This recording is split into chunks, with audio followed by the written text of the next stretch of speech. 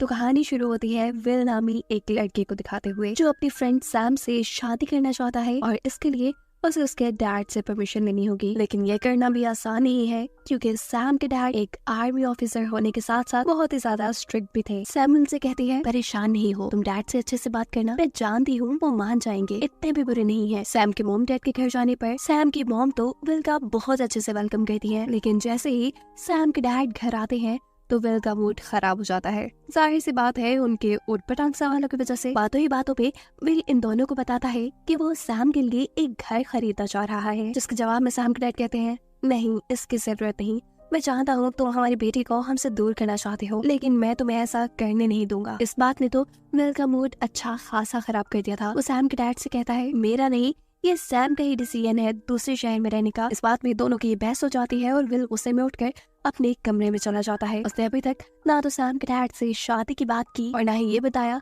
कि वो दोनों पेरेंट्स बनने वाले हैं। सुबह होते ही विल को सैम की कॉल आती है। विल का मूड देखकर वो समझ जाती है कि पिछली रात उसके और उसके डैड के दरमियान में क्या बातें हुई थी। वो इस टाइम उसे कहती है कोई बात नहीं, परेशान ना हो, अभी वो लोग बातें ही कर रहे थे कि अचानक सैम के पीछे से कुछ अजीबोगरीब आवाजें आने लगती है, सिग्नल ड्रॉप होते हैं और सैम की कॉल कट हो जाती है। परेशान विल बार बार सैम को कॉल करता है, उसे मैसेजेस करता है, लेकिन उससे कोई कांटेक्ट नहीं हो पा रहा था। वो फौरन से अपना बैग उठाता है और सैम के पास जाने का फैसला करता है, लेकिन जब वो एयरपोर्ट पहुंचता है तो देखता है कि सभी फ्लाइट्स कैंसिल हो चुकी हैं। वो वापस सैम के डैड के घर आ जाता है, जहाँ वो देखता है कि सैम के डैड भी सैम के लिए बहुत ज्यादा परेशान है। वो सैम के पास जाने के लिए फ्लाइट्स खुलने तक का इंतजार नहीं कर सकते थे। वो बाय रोड सैम के पास जाने का फैसला करते हैं और विल से कहते हैं क्या तुम भी जाना चाहोगे। विल के पास भी कोई दूसरा रास्ता नहीं था, उसे भी सैम की इतनी ही टेंशन थी जितने उसके डैड को। वो मान जाता है। ये लोग एक लंबे सफर के लिए निकल जाते हैं और रास्ते में दिखाया जाता है कि शहर का बहुत बुरा हाल हो चुका था। जगह जगह ट्रैफिक जाम थी, लोग अजीब बौखलाए फिर रहे थे, गैस स्टेशन पे रश लगा हुआ था,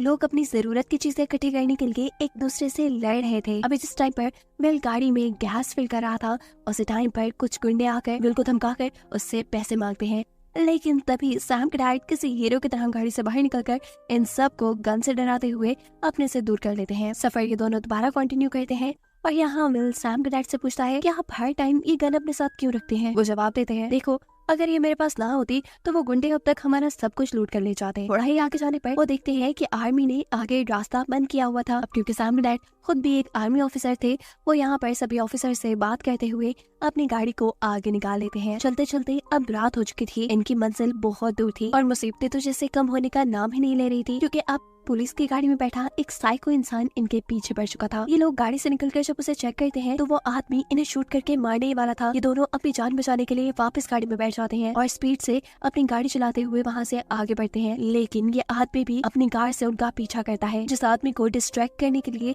ये दोनों मिलकर रास्ते में पड़ी बंद कार रोड के दरमियान में रखकर खुद अपना रास्ता बदल लेते हैं। अभी ये कुछ ही दूर गए थे कि इनके सामने आ जाती है कुछ हिरन, जिनको बचाने के चक्कर में इनकी गाड़ी का बैलेंस खराब होता है।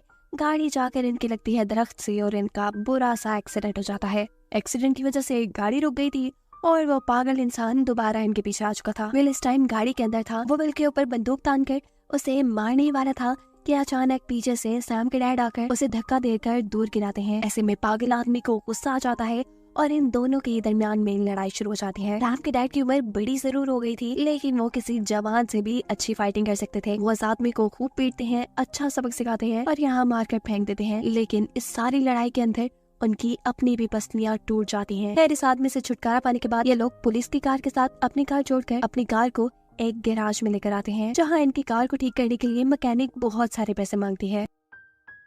इस मुश्किल घड़ी में उनके पास कोई रास्ता नहीं था सिवाय इस मैकेनिक की बात मानने के। मैकेनिक उनकी गाड़ी ठीक कर देती है और यहाँ ये लोग ये बात जान पाते हैं कि मैकेनिक भी उसी शहर जाना चाहती है जहाँ ये जा रहे हैं। अब क्योंकि सैम के डैड को भी ये डर था कि कहीं उनकी कार रास्ते में खराब ना हो जाए, तो वो सोचते हैं कि क्यों ना वो इस मैकेनिक को ही अपने साथ ले चले। अब ये तीनों अपना सफर कंटिन्यू करते हैं। थोड़ा ही आगे गए थे कि सामने से एक फुल स्पीड में गाड़ी आकर इनकी गाड़ी से टकराती है और खुद डिसबैलेंस होकर उलट जाती है। विल उतरकर चेक करता है, गाड़ी में मौजूद सब लोग मारे जा चुके थे। असल में ये लोग लुटेरों से बचकर भाग रहे थे। जो लुटेरे अब विल की गाड़ी तक पहुंच जाते हैं, इससे पहले कि लुटेरे विल को लूट लेते, वो तेजी से अपनी गाड़ी चलाते हुए इनसे बच जाते हैं। आगे जाते हुए ये नोटिस करते हैं कि आसमान में बादल अजीब तरह से गरज रहे थे। बादलों ने अजीब शेप बनाई हुई थी और बारिश तो इतनी तेज हो रही थी कि वो इस बारिश में ड्राइव भी नहीं कर सकते थे। वो एक पुल के नीचे रुककर बारिश के रुकने का इंतजार करते हैं। आज इन्हें इस सफर पे निकले तीसरा दिन था। रात में इतना मौसम खराब था और जब सुबह हुई तो गर्मी शदीद बढ़ गई थी। पता नहीं मौसम को क्या हो गया। अब इन्हें खाने पीने की भी जरूरत थी, जिसके लिए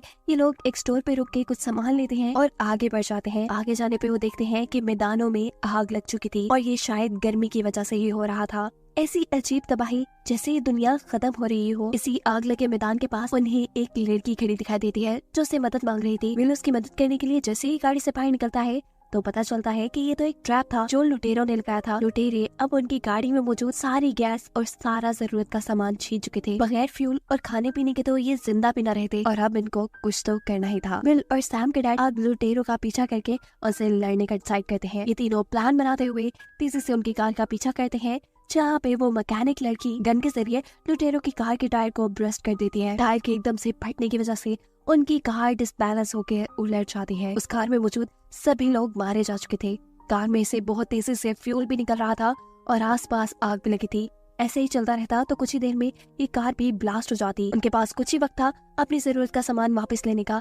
ये जल्दी जल्दी जैसे ही सामान लेके अपनी कार की तरफ बढ़ते हैं तो पीछे से वो कार ब्लास्ट हो जाती है। ब्लास्ट की आवाज इन्हें डरा चुकी थी, लेकिन इन्होंने शुक्र किया कि ये बच गए। सैम के डैड और विल तो काफी नॉर्मल है, लेकिन अब ये मैकेनिक बहुत ज्यादा परेशान है। उसे लग रहा है कि उन सब लोगों के मरने के पीछे उसका हाथ है। वो अपने आप को माफ नहीं कर पा रही और ना ही वो विल और सैम के डैड के साथ अब और सफर करना चाहती है। वो एक पार्क के पास गाड़ी रुकवाती है। उसकी हालत बहुत ज्यादा खराब हो रही थी। विल उसे रिलैक्स करने की भी कोशिश करता है, जिस पर वो कहती है प्लीज मुझे कुछ वक्त दो, ये इतना आसान नहीं है, मेरी वजह से वो लोग मर गए। विल भी क्या करता, उसे वही छोड़कर खुद गाड़ी में आ जाता है। जहाँ विल और सैम के डैड सो जाते हैं और जैसे ही वो सुबह उठते हैं तो देखते हैं कि मैकेनिक लड़की उन्हें कहीं नहीं मिली। वो कहाँ चली गई इन्हें कुछ पता नहीं था। इनके पास इतना वक्त नहीं था कि वो उस मैकेनिक को ढूंढते। सोना चाह ये लोग आगे बढ़ते हैं। रास्ते में देखते हैं कि तबाही की वजह से एक ट्रेन का भी एक्सीडेंट हो चुका था। विल वहाँ चेक करने जाता है कि कुछ जरूरत का सामान उन्हें मिल जाए, लेकिन तभी पीछे सैम के डैड की तबीयत काफी खराब हो जाती है, क्योंकि उस आदमी से लड़ने की वजह से उनकी पसलियां टूट चुकी थी। खराब हालत को देखकर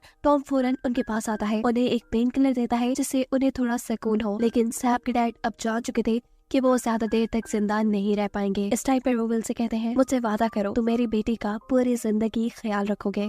वो ये बात विल से इसलिए कह रहे थे क्योंकि इस सफर के दौरान वो जान गए थे कि विल एक अच्छा इंसान है। वो न सिर्फ इनकी बेटी का ख्याल रखेगा बल्कि अपने बच्चे का भी एक अच्छा बाप बनेगा। और ये सारी बातें सैम के डैड के मुंह से सुन के विल की तो खुशी का ठिकाना ही नहीं रहा था। ये लोग खुशी खुशी आगे बढ़ते हैं, लेकिन मुसीबतें कहाँ पीछे रहने वाली थी। यहाँ पे एक बाइक गैंग अब इनके ऊपर हमला कर देता है। इनसे बचने के लिए इन दोनों के पास ही कोई रास्ता नहीं था। विल उन्हें समझाने के लिए बाहर निकलता है, जबकि सैम के डैड उसे एक गाड़ी में बैठकर गाड़ी को आगे भगाने को कहते हैं और सैम के डैड मौका पाते ही पीछे से ट्रक को शूट कर देते हैं। ट्रक में ब्लास्ट होकर आग लग जाती है और ऐसे उस बाइक गैंग से इनकी जान छूटती है। फाइनली ये लोग आगे बढ़ते हैं। विल अभी ये बात नहीं जानता था कि ये वो आखिरी मुसीबत है जिसका सामना उसने सैम के डैड के साथ किया था, क्योंकि अब सैम के डैड की मौत हो चुकी थी। उसे जब ये बात पता चलती है तो वो बहुत दुखी होता है। उदास वो बेशक था, लेकिन वो ड्राइव करता रहा। कोई और रास्ता जो उसके पास नहीं था। थोड़ी दूर जाने पर विल की गाड़ी भी खराब हो चुकी थी। वो ऐसे ही इस गाड़ी के अंदर सैम के डैड की डेड बॉडी नहीं छोड़ना चाहता था। वो ना चाहते हुए भी अपनी कार को यहाँ आग लगा देता है और इसके बाद पैदल ही आगे बढ़ता है। आज उनके सफर का 5वां दिन था। वो अभी तक अपनी मंजिल पे यानी सैम के पास नहीं पहुँच पाया था। इसी रास्ते में उसे एक गाड़ी मिलती है। वो उसे लिफ्ट मांगता है, लेकिन ये फैमिली भी लुटेरों से बहुत ज्यादा डरी हुई थी। वो गन लेके ऐसे बाहर निकलती है जैसे उन्हें लग रहा हो कि विल भी एक लुटेरा है, लेकिन विल तो खुद उनसे मदद मांग रहा था। ऐसे वो विल का यकीन करने के लिए विल से विल की गन ले लेते हैं और उसे अपने साथ गाड़ी में लिफ्ट दे देते हैं। यहाँ से विल के मॉम डैड का घर करीब था।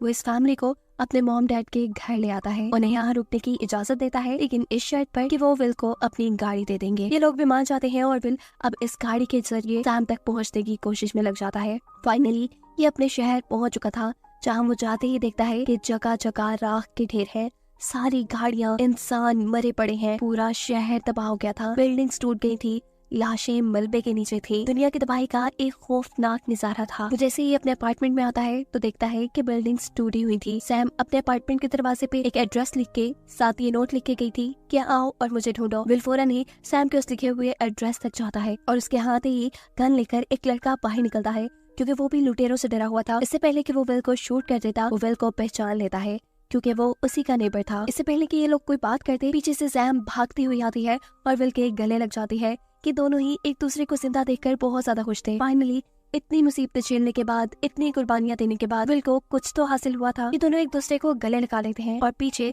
जो सैम का नेबर था वो इन दोनों को देखकर जेलस होने लगा था, क्योंकि वो भी सैम को पसंद करता था। विल बहुत ज्यादा थका हुआ था, इसलिए सो जाता है। उसकी आंख अब एक जलजला आने पे खुली। वो डर कर फौरन बाहर आया तो उसने आसमान में रंग बिरंगे चमकते हुए बादल देखे, जिस बारे में वो आकर सैम और इस आदमी से पूछता है कि आखिर इस शहर में ऐसा हुआ क्या कि हर कुछ तबाह हो गया, यहाँ तक कि माहौल भी। जिस पर सैम का नेबर जवाब देता है कि ये सब प्री प्लान्ड हुआ है, यहाँ पर अमेरिकी फोर्सेस ने कोई बम धमाका किया और उसी के रिएक्शन से ये सब कुछ हो रहा है। विल ये बात नहीं मान रहा था, क्योंकि बम से एक मरतबा की तबाही तो मुमकिन थी, लेकिन बार बार इस तरह जलजले के झटके आना, तूफान आना, ये पॉसिबल नहीं था। इनके बहस में ही सैम के नेबर का मूड खराब हो जाता है। उसे अब विल पे अजीब ही गुस्सा आ रहा था, इसीलिए वो अगले दिन विल को घने जंगलों में ले आया, क्योंकि उसके इरादे अच्छे नहीं। वो विल को मारना चाहता है ताकि वो विल को मारकर सैम को हासिल कर सके। वो विल से कहता है कि मैं सैम को पसंद करता था, लेकिन तुम कहाँ से दरमियान में आ गए। ये कहते हुए इससे पहले कि वो विल को शूट कर देता, विल अब सैम की डैड की गन से इस आदमी को ही शूट कर देता है। वो अभी यहीं खड़ा था